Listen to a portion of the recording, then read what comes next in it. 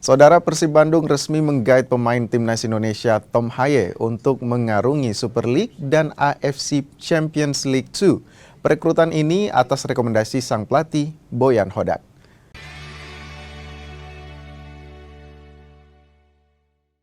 Deputi CEO PT Persib Bandung bermartabat, Aditya Putra Herawan bilang perekrutan Tom Haye sempat muncul di pertengahan bursa transfer. Tapi baru di minggu terakhir pihaknya mulai gencar lagi untuk merekrut Tom Haye. Maung Bandung mengikat kontrak Haye skuad Garuda dengan durasi kontrak selama 2 tahun. Ya kalau Tom Haye kita tahu lah dia metronom di tim nasional ya.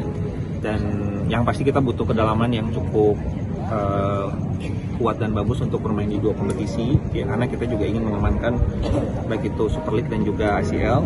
Jadi kita butuh kedalaman squad yang bagus, yang sama kualitasnya.